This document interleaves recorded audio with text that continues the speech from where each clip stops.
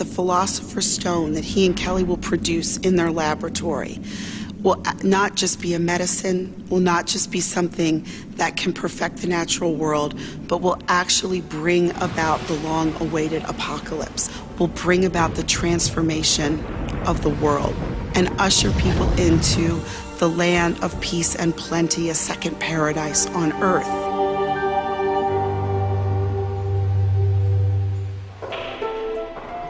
It was in the midst of this work that Rudolf II invited Dee and Kelly to his court in Prague. But just before they left, the relationship between the two men began to deteriorate, shaken by a disturbing message from the angels. He records in his diary that Kelly, in one scrying session, says, "An angel's told me that we actually have to share everything in common, including our wives."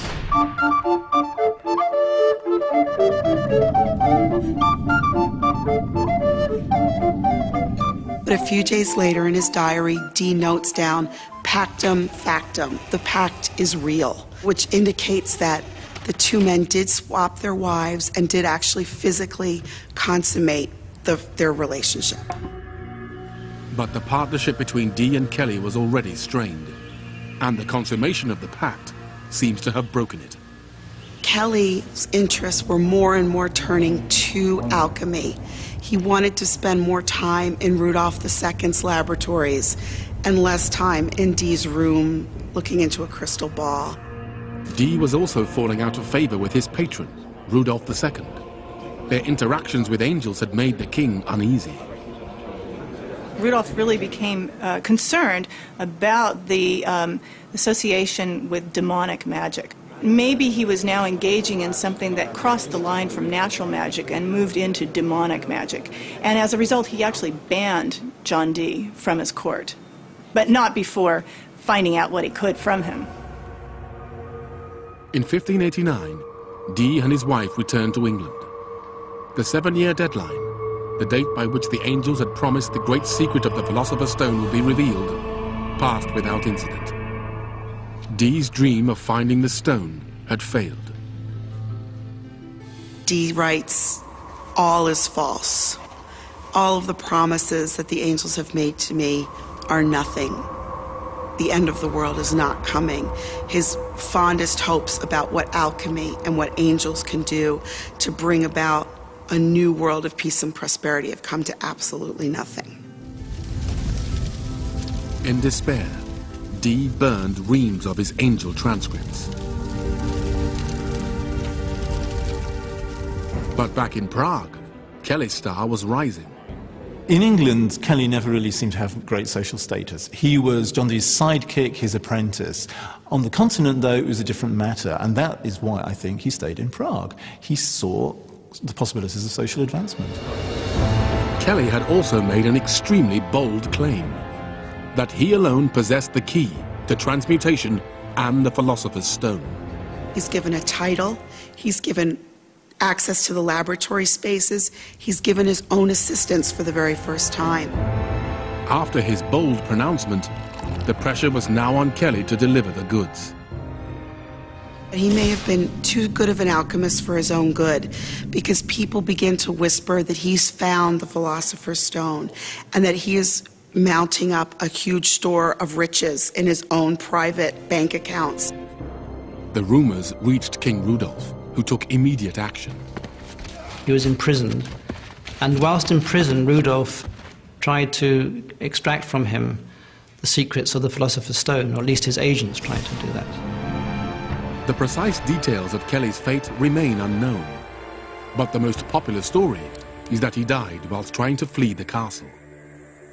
He tried to escape, and it seems that he broke first one leg and then the other. Some people say he was pushed. Some people believe that Rudolf II concocted the story of Kelly's tragic death to cover up the fact that he'd actually fled Prague to parts unknown with his alchemical secrets.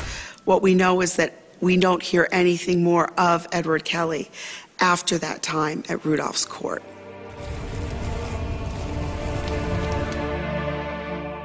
The quest to find the Philosopher's Stone did not end happily for King Rudolf either. Rumors persisted that he was driven to madness, possibly because he sampled the toxic potions himself. He suffered from inherent melancholy, which today we would call manic depression. His obsessive search for the Philosopher's Stone did, in a way, end in a personal disaster, because he had failure to find it, I think, only increased his depression. By 1606, Rudolf had lost his throne. Found unfit to rule, he was replaced by his brother. His personal quest may have ended in failure, but the appetite for alchemy would not diminish. In fact, over the next century, the search for the Philosopher's Stone was to become more intense, and its seekers more unscrupulous.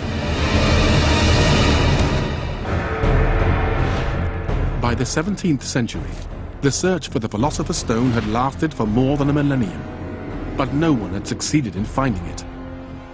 However, the printing press had now helped spread the word, and in the 1600s, there were large numbers of demonstrations by people who claimed to have proof of the Philosopher's Stone at work. Dozens of eyewitness accounts survive, but what was the truth behind them? One of the things in the 17th century that developed was the increase in the number of accounts of transmutation, that is, transmutation histories. Many of these transmutation demonstrations were often accompanied by a medallion that had been cast by the alchemists. And these have been retained, so we have actual pieces of these transmutations. But were these witnesses finally seeing proof of the existence of the Philosopher's Stone, or was it something else? The history of alchemy is also famous for the delinquents, those who are trying to make money by fraudulent methods. I mean, there are famous examples of people, for example, having coals that were hollowed out and had gold inside them, so that basically you do your experiment, the coal would burn, and lo and behold, you'd find gold there. Well, they had all kinds of very ingenious tricks. They would do a fake transmutation. And that was usually accomplished on a small scale by such means as having crucibles with two bottoms, one of which would melt away to release gold that was hidden in the bottom, or using a wand to stir the mixture with, which would again melt away and deposit some gold. Anyone who has seen a good modern magician knows how easy it is to dupe people. But even those who were skeptical couldn't be openly critical. Oftentimes, there might be a demonstration at a castle in front of persons that would be of importance. What happens is you have persons whose dignity and whose status cannot be assuaged, that person's truth-saying ability is beyond reproach. One of the difficulties, if you're a skeptic, is, on the one hand, you could claim, okay, the person didn't really do a proper transmutation. But if indeed the emperor had seen that transmutation, in effect, it would be almost like calling that emperor a liar. And there are social constraints about doing such a thing.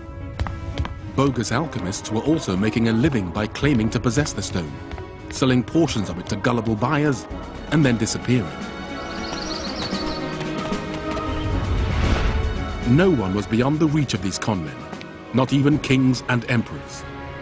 You got alchemists coming along saying, hey, I can change something in the properties of matter, or at least I've got 2/3 of the way there, but I need funding to get further. Now, I think some of these were earnest, utterly sincere, and some of these were frauds. The problem is, if you are an aristocrat who takes these on at face value, you're going to get exasperated when people aren't coming up with the results. Some of these alchemists got away with it for extended periods and then picked up their tents and left quietly. Others exhausted the patience of their patron and would be imprisoned, tortured, executed for their failure to produce. Alchemy had reached a low point. The pursuit of the Philosopher's Stone had descended into a public con.